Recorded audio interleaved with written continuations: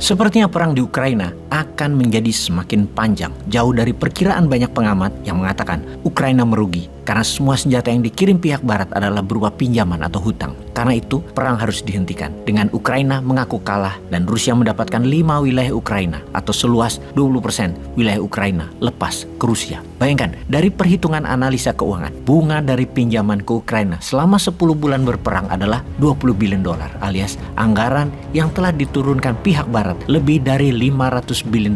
Maka pasti Ukraina akan menyerah. Hal ini jika pemimpinnya, Sang Zelensky, pintar melihat dunia dan sadar bahwa dirinya hanya boneka barat. Rusia di sisi lain telah mengeluarkan anggaran yang sama, namun bukan dari pinjaman melainkan dari hasil penjualan gas, minyak bumi, dan grain atau biji-bijian. Strategi barat memberikan hutangan adalah debt trap yang nantinya akan membuat Ukraina menjadi failed state atau negara gagal. Dan ini semua adalah by design. Kita ingatkan, perang tidak akan terjadi kalau tidak ada yang untung. Anggaran Amerika yang dicetak modalnya pakai printing money, underlay-nya proyeknya adalah senjata untuk Ukraina, dibayar kepada defense kontraktor yang menghidupkan mesin industrial military complex, di mana nanti ketika perang usai, para pengusaha itu akan menyedot harta Ukraina sampai mampus negara Ukraina yang akan menjadi negara miskin selamanya. Modal dagang itu harus kembali bayar biaya perang tersebut ke bohir, yaitu pihak barat dan Amerika. Herannya lagi, ada perintah dari Amerika bahwa Ukraina tidak boleh serang Rusia ke dalam wilayah Rusia, yang mana perintah itu minggu kemarin tidak ditaati oleh Ukraina. Yang mana hal ini sekali lagi membuktikan Zelensky pemimpin egois yang tidak peduli pada rakyatnya.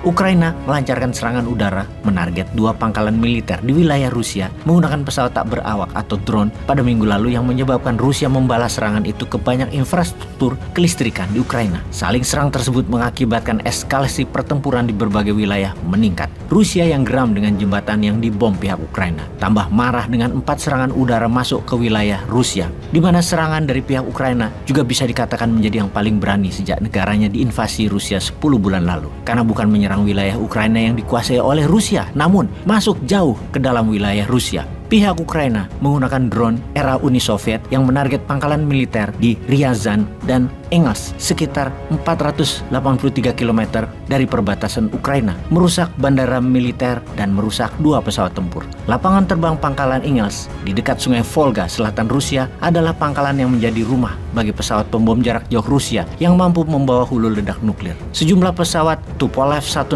dan Tupolev 95 diparkir di pangkalan itu. Pangkalan Engels merupakan salah satu basis Rusia melancarkan serangan udara ke Ukraina selama invasi berlangsung. Drone Ukraina juga menyerang pangkalan militer Rusia Diagileva di pusat kota Ryazan, sekitar 160 km dari ibu kota Moskow. 3 personel militer tewas dan 4 lainnya terluka akibat serangan di Diagileva. Tak lama dari serangan drone Ukraina, Rusia mengirim rentetan rudal ke kota-kota negara Ukraina hingga membuat pemadaman listrik di sejumlah wilayah di kala musim dingin berlangsung. Kota Odessa, wilayah yang saat ini diserang Rusia, selain banyak infrastruktur jalanan juga dibom oleh Rusia yang mengakibatkan kerusakan parah juga di ibu kota Kiev. Perang yang diatur-atur oleh pihak Amerika kepada Ukraina adalah hal aneh, namun ini semua rahasia umum kecuali si egois Zelensky yang tidak sadar.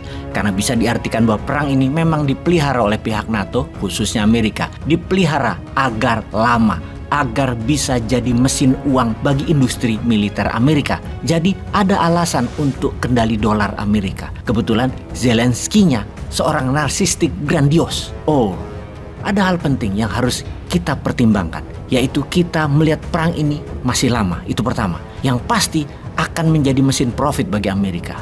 Ada hal lain yang penting, yaitu turunnya daya beli dunia di tahun 2023 ke depan nanti. Apa yang Amerika lakukan di bulan Januari 2023 nanti untuk mengatasi banyaknya uang beredar dan turunnya daya beli. Amerika yang kita tahu memprint dolar dengan jumlah terbesar dalam sejarah Amerika selama ini karena mencetak mata uang sejak tahun 2021 adalah senilai 20.000 billion dolar atau 20 triliun dolar. Hal itu terbanyak jika dijumlahkan dalam 20 tahun terakhir. Dana cetak uang tersebut adalah untuk stimulus efek pandemi dan untuk perang di Ukraina. Karena itulah inflasi terjadi yang mengakibatkan harga meningkat. namun daya beli turun di seluruh dunia. Maka Amerika melakukan hal yang belum pernah terjadi dilakukan oleh Amerika selama ini, yaitu Amerika menarik semua uang dolar cetakan di bawah tahun 2021.